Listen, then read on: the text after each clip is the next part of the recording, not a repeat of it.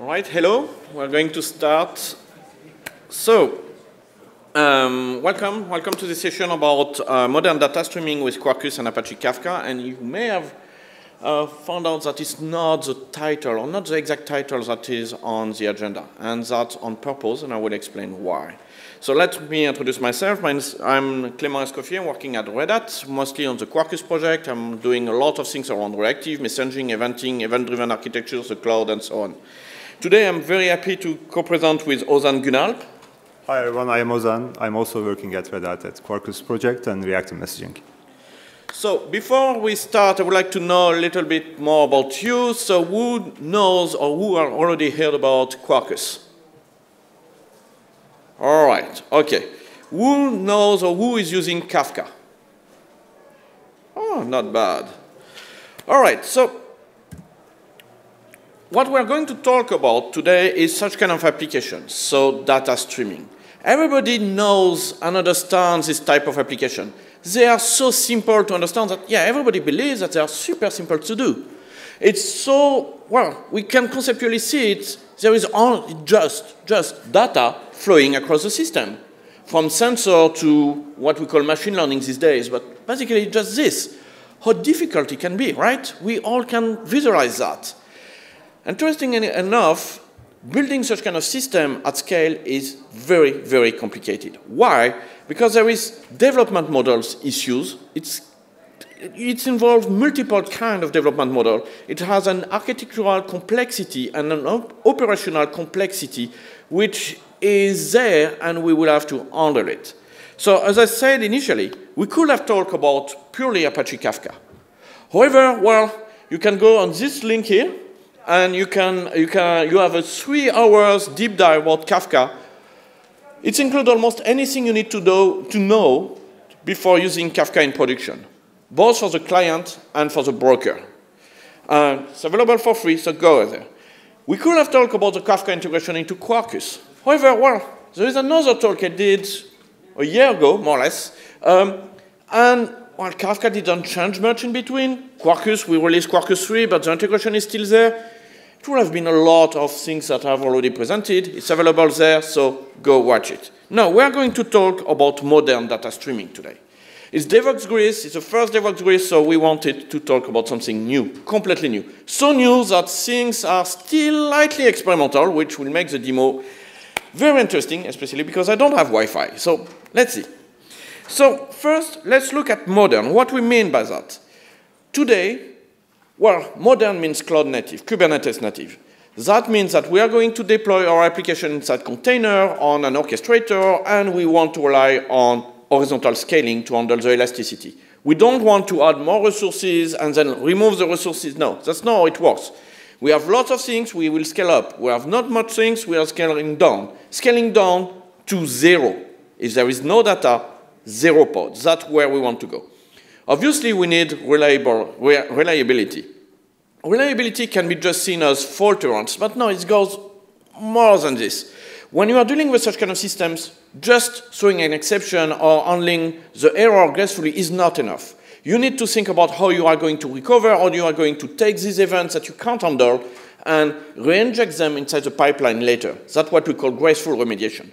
Finally, 2023, everything needs to be secured, from the sensors to whatever you call on the last layers. Let's now look at data streaming. What we mean by this, it means event first. The event is a vehicle for your data. That's where your data will be, and that's what is going to flow inside your system. Unlike batching, in modern data streaming, you're handling unbounded stream of event or unbounded data streams. You don't know when it stops. You don't know if you will have more data. Well, you probably will have more data. So it's infinite. You need to think about it as an infinite stream. We want to have actionable analytics. All the data that you are going to process and save and things like that, if you don't do anything with it, useless. Don't do it. It needs to be done, tailored, so your machine learning, and artificial intelligence can handle that, can understand this, and use it. It also needs to be discoverable and things like that. And finally, and this is reliable to, this is linked to the horizontal scalability, we need to have adaptive scaling. The number of events you will have to handle per second will fluctuate over time. So your system will have to adapt itself to that level of event, to that level of concurrency. So here is an event. That's a discrete event, and as you can see, it's an envelope around two types of things. At the bottom, you have the data, what we call the payload here. Here it's binary. However, you can use text, you can use JSON, and so on. Most of the time, you are going to use JSON. On the top, you have the metadata part. So metadata, you can see that as the headers in an HTTP request. You can have a lot of things, but three are quite important. The first one is a key. Each event will have a key which is more or less defining the source or the subject of that event. The second one is a timestamp. The timestamp is when that event was emitted. And finally, there is a schema. Schema is optional, because obviously I will say, well, if you want to do things right, you will use a schema registry with all your schema and under evolution and things like that. Everything will be contract-based and so on. So that's the correct way of doing it, and there is a real world. In the real world, we use JSON. We don't use JSON, schemas, and everything is almost fine. Everybody that does REST or HTTP, there is no schema. We're just handling REST. So schema is optional, but if you want to take such kind of system at scale, you will need to think about it. An event stream, what it is? It's an unbounded sequence of related events ordered by time. By related, I mean same key. So here I have three events which both are, all have the keys A. And then we have the timestamp. So T1 is after T2, is after T3, and so on, and so on, and so on. So that's what we are going to manipulate. So when you think about that, you already start thinking that it's not as simple as it usually think, because actually there is lots of different type of entities here. There is first, on the left side, there is everything that will be, well, what I call event sources, devices, your applications, analytics, and so on. Then these messages, generally very low level, all these events need to be ingested inside your pipeline, inside your processing pipeline. So you have a first layer, which is the ingestion. These days we call that the edge of the network. Call it as you want, I call that ingestion. Then you have the stream processing. And one thing interesting here is that the concurrency, the concerns you have for ingestions are completely different than the concerns you have for stream processing. Stream processing will get the ingested data and will prepare those data to be consumed by the fourth layer, which is analytics serving, or what we call these days data products. That can be saving the data into data lake, calling machine learning things, or whatever. Across this pipeline, there is a few things that need to be handled. Metadata. All your events will have a set of metadata. Where do they come from? Can we trust them? Who has emitted them? At what time? Where? Anything. Schema. As I said, such kind of system at scale will need schema, or you will have to deal with that yourself. It needs to be observable. In the world of the cloud, where we have DevOps, SRE, and such kind of things, all this need to be monitored, traced. You need to have health checks. You need to know at any time what is going on, what is broken, and so on. Data must be discoverable. The data you process that you are saving somewhere, in our talk in Apache Kafka, you may have another application which later want to reprocess it. So you need to discover, you need to know what kind of data it is. You need to know if that data is fresh or if that data is outdated. All this. And finally, security. Great. Yeah, thanks for the introduction. So now that we have a general architecture of how we are doing data streaming reference architecture, we will see how it's implemented with Quarkus, especially the event-driven microservices. In Quarkus, we support what we call connectors for different data backends. So it can be Kafka, MQTT, RabbitMQ, AMQP 1.0, etc. Those connectors expose what we say is a reactive stream. So in our case, we are using the Mutiny library for reactive programming. and they expose incoming reactive streams and outgoing reactive streams. So all you have to do in your application code is to declare from which channel, using the channel annotations here, declare which channel you are consuming from, which channel you are publishing to, and write your business logic. Then at runtime, all this will be wired up in Quarkus, and we will have the events consumed from the backends, the data backends, flow through to your application, do the business logic, and maybe publish events back to the data backend. The important thing here is that all this runs on the reactive core of Quarkus, so high concurrency and less resource usage. So again, the first layer was doing the data ingestion into our data streaming platform, right? So data ingestion means integration work, and first we need to handle different protocols of messaging, but not only messaging like Kafka or MQTT or different messaging backends, but also let's say web frameworks, because we are ingesting data from different technologies, maybe gRPC, we receive maybe HTTP calls, WebSocket, etc. Second concern we have is concurrency. So we need to handle high loads of data coming in. We need to ingest that and push that into our data platform, usually the Kafka.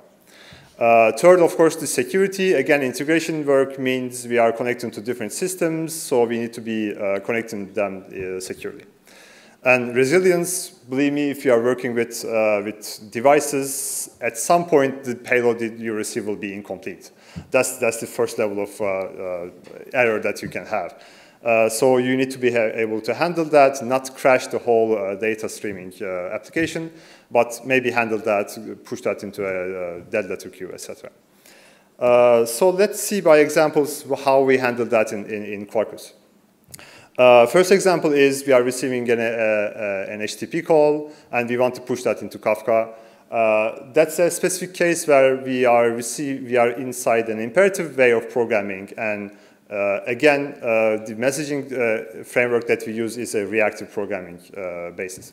So we are using an emitter to emit events received from the HTTP call, and do the send and await to only return the HTTP call once the event is emitted. Secondly, it's a change of protocols on the right. We are receiving MQTT events from like raw temperature, and we are pushing that to Kafka channel. In that case, we are using a reference data to enrich our received data. And in both cases, what's important to know is that we are sending a Kafka event with key and value. The key will be important to, again, as Clement said, to correlate events in between. The second layer was stream processing. In stream processing, the concerns are slightly different. Well, a bit different. What we want is to express the stream processing logic that we are writing in a more high-level API. So we want to maybe join streams together or aggregate data or handle time windows. The second concern is the elasticity and parallelization. Again, if we are handling high loads of data and some of those data are correlated by key, what we can do is to parallelize our streaming processing into multiple instances, and each instance will maybe handle a portion of the data incoming by key. Plus, we should be able to, if you are in cloud native, we should be able to scale up and down, maybe even to 0 if you don't receive any event for that portion of the data processing pipeline.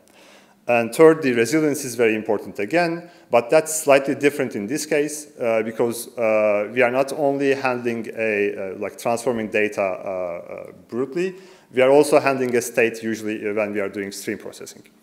So again, we will transform events individually, maybe call different services, but we will also reshape the streams, join streams together, aggregate them maybe in time windows. We will all see that together.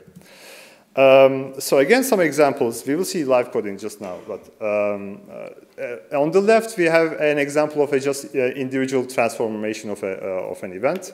In this case, it's pretty simple. We receive the payload from our method that we annotated from which incoming and outgoing, and the return of the method will be pushed to our outgoing channel. So in this case, maybe Kafka.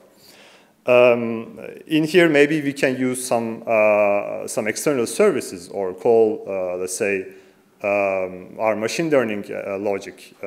We can imagine lots of things, or maybe persist the events sometimes in a database.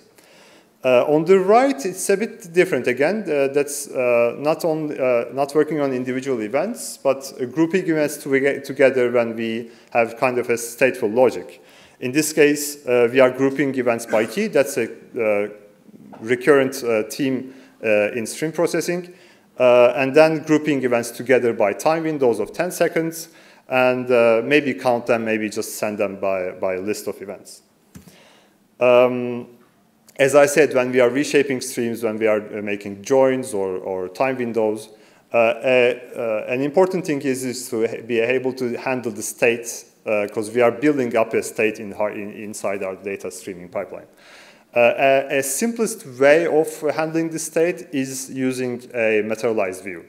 So in the same way that a database table can be streamed up with the changes, with change data capture that you maybe have already heard, that's the reverse of that. So we are receiving a stream of events, and we can construct that a table, a materialized view of that of recent, like latest events by key. In that case, let's see, we have the city as key, Athens as key, and random payload. Our view, our materialized view, so the state that we are handling internally, will add that to our key value store. Again, if you receive a second event of Paris Y, it will be added as well. And when we change the Athens value to Z, it will be changed on the materialized view. Inside the additions that we are doing to the reactive messaging and Quarkus, what we have is a table channel. The incoming stream of events can be accumulated into that table and used whatever you want in the application via simple get, etc. We will see the examples later. A second kind of aggregation is, again, a stateful one, is when we are accumulating a state and sending it back to a different channel of maybe a Kafka topic. So in that case, we are handling a stream of events. So we inject in our data processing pipeline a multi. So that's the mutiny reactive streams. Again, group by key, and then hold an average by key by substream of events. That's the running state, running average of all the elements that we receive into our stream. In that case, if we have 8 and 20, let's say it's the temperature of the weather. If we receive 20, we will push 20 to the downstream. If we receive 10 in Paris, we will push 10 in the downstream. Again, each time writing that into the state, so that we can, if we receive a second event for the Athens as 22, we can aggregate that with the current state and send back the result of the aggregation. Not every type of aggregation is on the whole of the stream, unbounded stream. So sometimes what we're interested in is the events happening in a restricted time window. It can be hours, but it can be seconds as well. So again, in that case, we will be counting how many events that we received inside 10 seconds of time windows. In that case, we received 3 events for keys as Athens. We will return back 3. Again, in a different time window, we receive 2, and we will return back 2. Again, each time I say return back, we will pushing events downstream into a different Kafka topic, etc. So the code is fairly similar. In that case, again, we group by location, but also then we are grouping items into 10 windows of 10 seconds. And in that case, we are counting it. Yeah, we are grouping the events into a list and counting them. Again, once we have aggregated events into streams, maybe we will also want to merge and join different sources of events into one. That's how we can correlate stuff, events coming from different sources. A simplest kind of join is by having one item from each of the streams. So that's how we are injecting the channel into our code. And then when we are pushing events to a different Kafka topic, we will just combine them one by one. That's fairly a restricted use case. I think more useful is to use the accumulated latest events in form of table. And for each of the events that you receive in, let's say, in a order topic, we will look up the key and the latest event for that table, for the state that we accumulated in here in memory, and correlate that together by key and send back to our output topic. Let's see some code. Come on. Yeah. So all the code snippet you have seen will be reused in that demo. So this demo is actually using two different streams. The first stream is a stream of temperature per city. So we will have temperature from Athens, from Paris, and from Valence. And that is going to be sent. The ingestion layer is going to receive that, and that ingestion layer is going to emit that on MQTT. So here it's from value to MQTT. Those temperatures those events just contain the device ID and the temperature. So then we need to have a data enrichment layer which will take those events and say, hey, this device is in Paris, this device is in Athens, and so on and so on. And also it's going to write to Kafka. So here we have MQTT to Kafka and enrichment one by one. We have a second stream here, which is a number of beers that has been bought in per location. Who is drinking beer? Okay, nice. Who is drinking water? Okay, yeah. There is more people drinking beer, but well. So every time you buy a beer, we are going to send an event directly to Kafka. So the ingestion is getting the event, and we'll send that to Kafka, and so we know that you bought a beer. So then we have a third application, which is the three square you have in the middle, which will take those two streams, so the stream of temperatures and the stream of beers, and we'll do some computation, some aggregation, and so on. So for temperature, we want to get the average temperature per city on a time period, which is roughly 10 seconds, if I remember. On the second time, for the second stream, we want to know how many beers you have ordered per city on the same time period.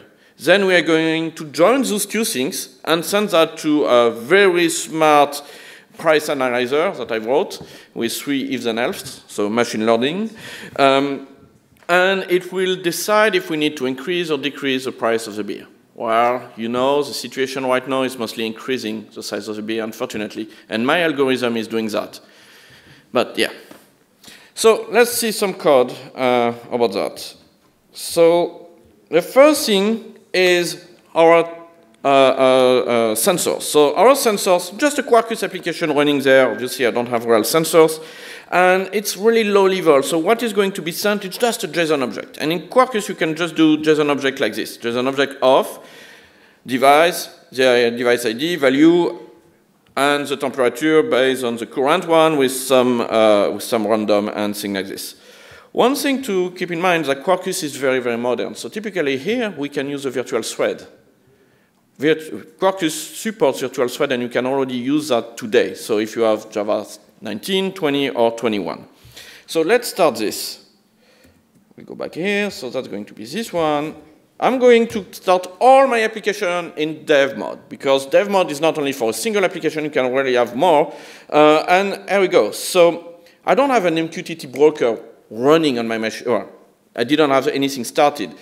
Quarkus saw that I want to write to MQTT and just say, hey, let's start a broker for you. So it started Mosquito automatically. This Mosquito is going to be shared by all my applications, well, the one using MQTT. So that's the first one. Let's look at the enrichment. So enrichment is very, very simple. We are going to read our raw temperatures from MQTT and write that to the temperatures topic on Kafka. You see that we don't even see that one is on Kafka and one is on MQTT, just configuration. I will show that later. So we get our JSON object from MQTT, and then we extract what we want, so the device and the value.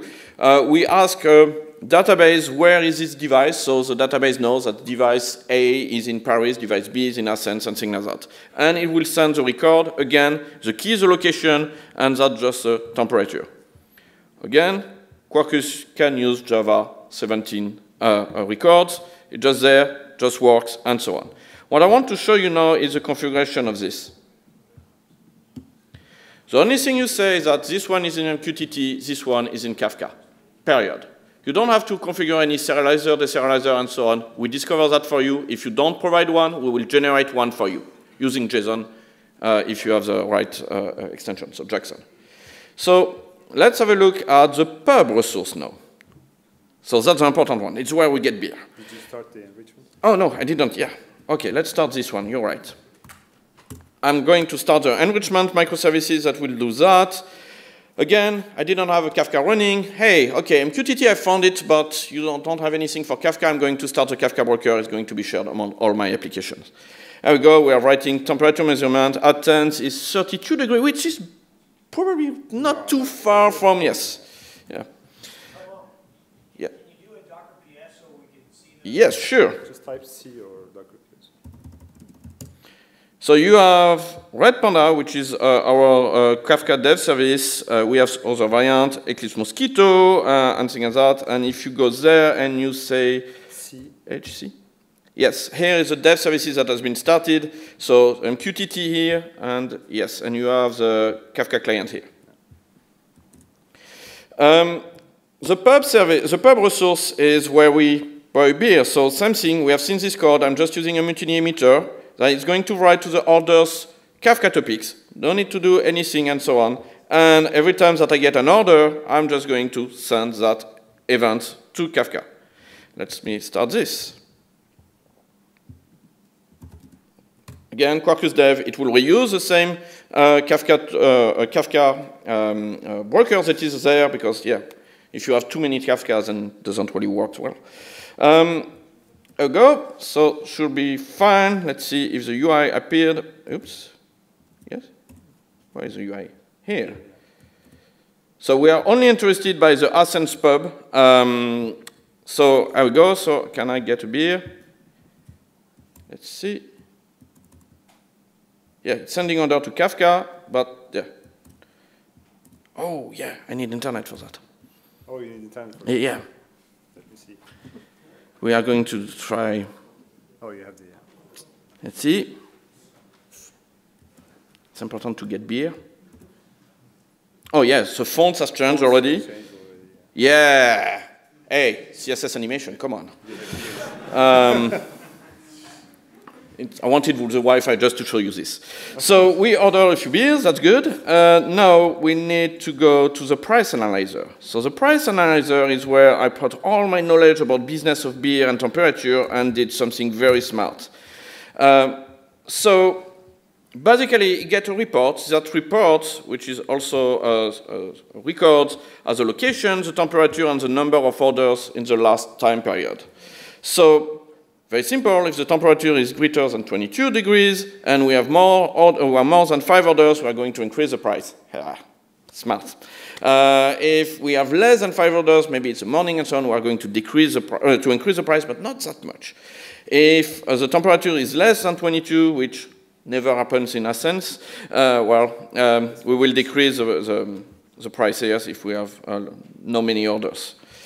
That is sent to another Kafka topic, which will be consumed by the pub resources, by the pub's service to adjust the price. We will see this.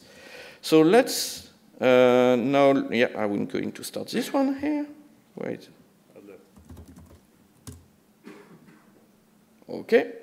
The price analyzer is now started. Yep. So now we need the glue between all those streams, which is our stream processor application. Let's start with the order aggregator. So we get a stream of location, and the value is the number of beers that has been, no, it's just the price, the current price actually here.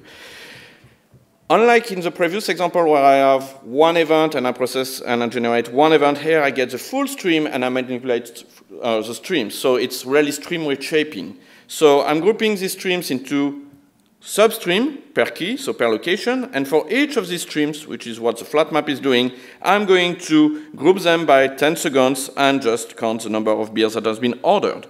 I keep the location, and that's what I get. Same thing happened for the temperature on the other side. I group per location. I could have grouped by key, but here is the key, the location, so I can do that. I group by 10 seconds every time, and then I do the average computation. I could have done other way of doing this. That one works well. Finally, we have the price creator, the price report creator, sorry. So the price report creator is consuming the temperature stream using the add channel and the table type. So the table type always contains the last version of the value of the data for a specific key. And then we have this method that just consumes the orders one by one. The orders is the number of orders per location. So that's this event that has been computed by the order aggregator. And, well, I just join this with the latest temperatures. And if I get the latest temperature, I emit that. If not, I just skip it, say, yep, no, something is not known. I'm not going to adapt the price if I don't have all the data. So you do this as this. If the temperature is not null, you send the report. If it's null, you return null, which will just keep the message. All right, so let's start this now and see how inflation is going in Athens. So again, another dev. Yes, here, OK. All right, so now we go back here. I'm going to order a few beers. How many people are here? Probably need a few, right? So let's do that. So now the stream should start doing things. Yes, so we see that. It's starting computing the temperatures. No, not yet. Come on. So at some point, it will consume the temperatures, consume the orders, and glue that all together. Yeah. Now we are seeing orders consumed. Yeah, I don't see here. Computing the report. Yeah, report here, so, see, it's already 550. If we continue, we're probably going to have, yeah, 6. See, new price, 6. So we can cheat a little bit. I would let you know how to fight the inflation. You go there. You go to the temperature sensors here, and you say that actually in Athens it's not that cold. Georgios, you lied to me. It's mostly 10 degrees, like in Paris.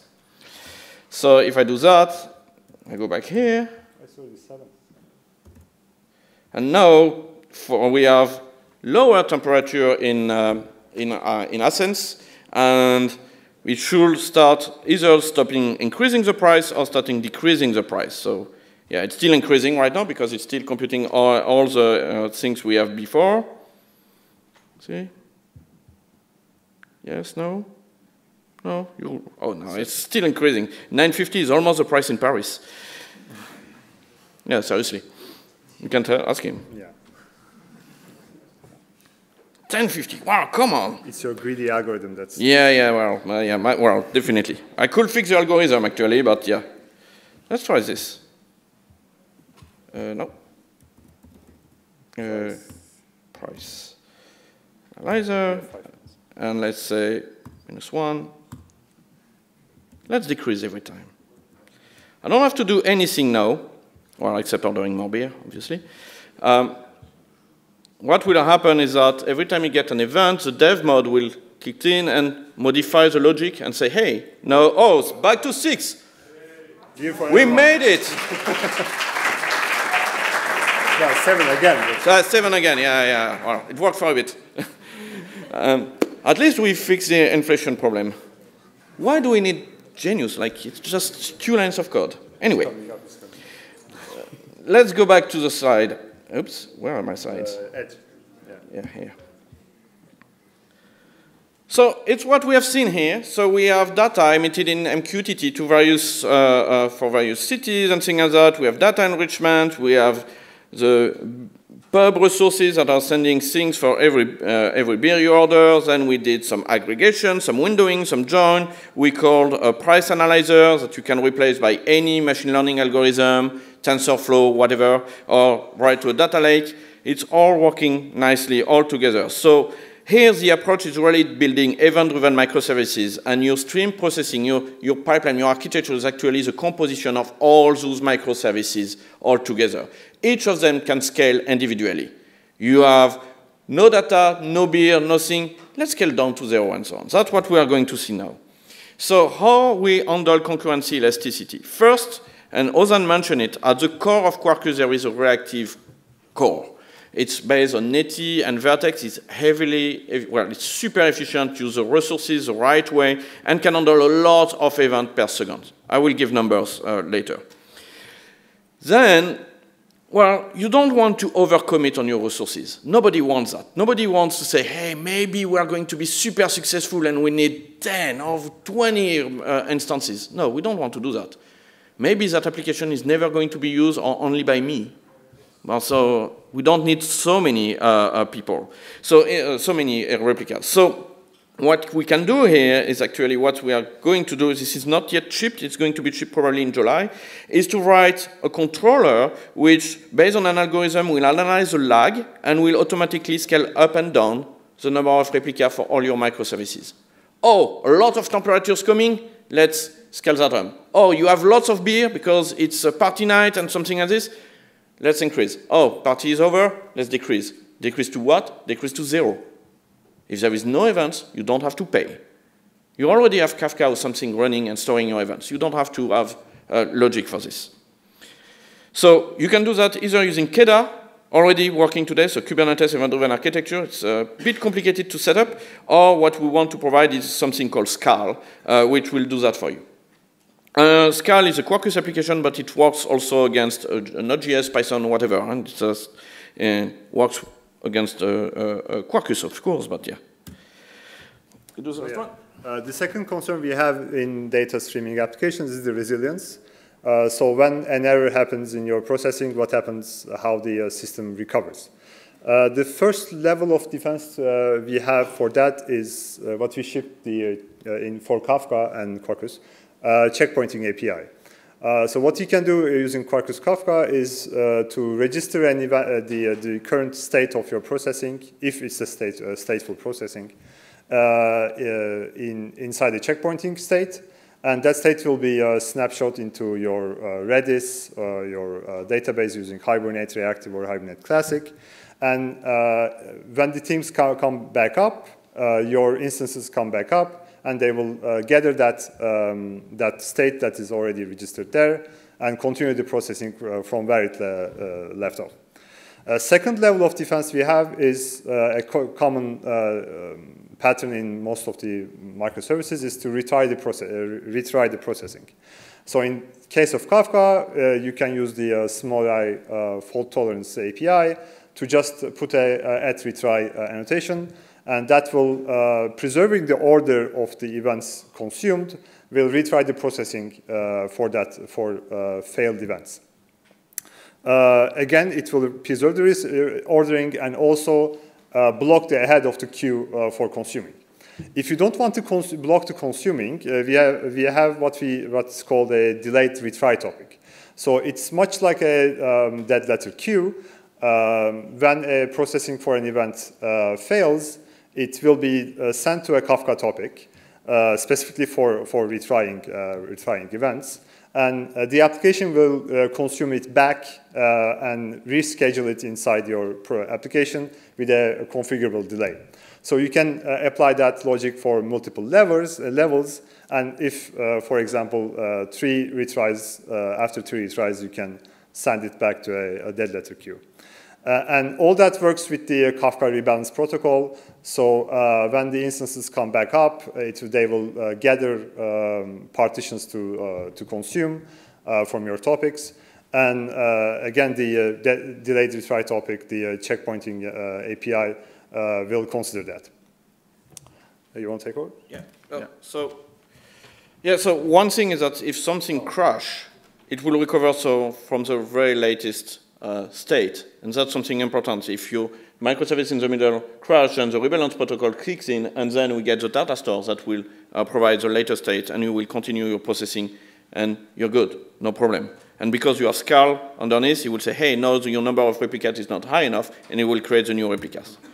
So let's finish this. So what we wanted to present you today is mostly where we are going to go. All the code, you saw it, is working. There is plenty of things that are already there, but we just did the first few steps. We want to go way, way beyond what you have seen. So the first thing is that, as you can see, you can implement modern data streaming pipelines or applications using Quarkus for the ingestion part. The reactive core is very cool for that. For the stream processing part, even for stateful stream processing part. For analytics, well, you can develop it with Quarkus and do a brilliant price analyzer as I did, or you can delegate that to something that actually know what it's doing, like machine learning or data science or whatever you imagine. Just to give some number, these numbers are not from us. It comes from Decathlon. I don't know if you have Decathlon in Greece. So it's a sport retailer chains. And every time you buy something there, if you go there, then it's actually Quarkus doing the work. So it sends a Kafka event, and it's a Quarkus application that will get that event, process it, and then send you spams later, or something like this. So they were able to get 1 million messages per minute per CPU per gigabyte running in JVM mode, so not even native. Everything we have shown today works also in native, so we can compile your application into a native executable. And this on 0.5 CPU and 512 megabytes of memory. And that was 1 year, 2 years ago. And since we improved a lot, so we probably doubled that number already. Maybe not, but close. So the road ahead. So the first thing we want to do is, well, rework a little bit how we do stream reshaping. Right now, we rely on the reactive programming API, which is Mutiny. It's already more readable than most of the API out there, but yeah, there is a few things that was not really designed for such kind of use case. Join windowing and materialized view need to be reworked a little bit in terms of API, and we have the lead of the Mutiny project, which is currently working on that.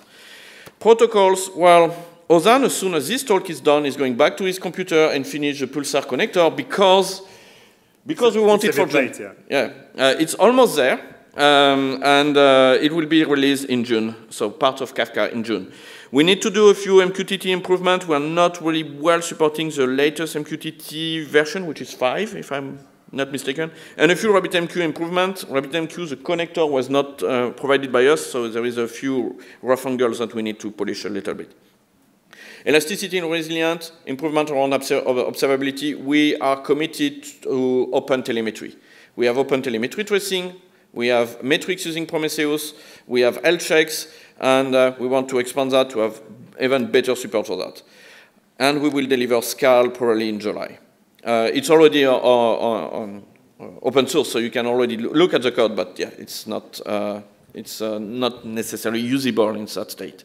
Finally, we want to integrate with our many data science services and storage, including data lake and data warehouse, such as Data Fabric, ClickHouse, or Dream.io.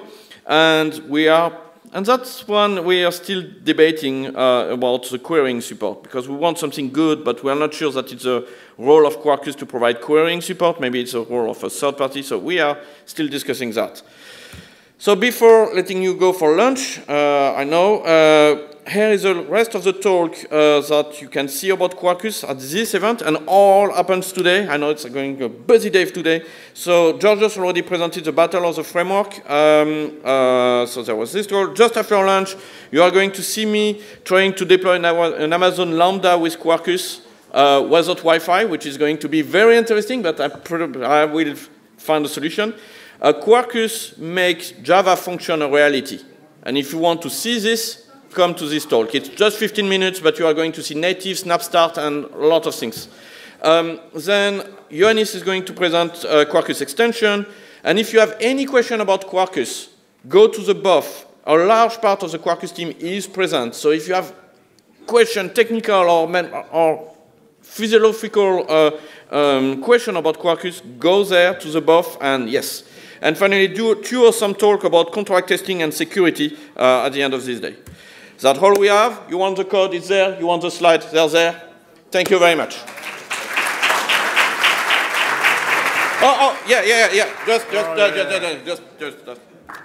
Ευχαριστώ πολύ και αναμένετε τις εξελίξεις.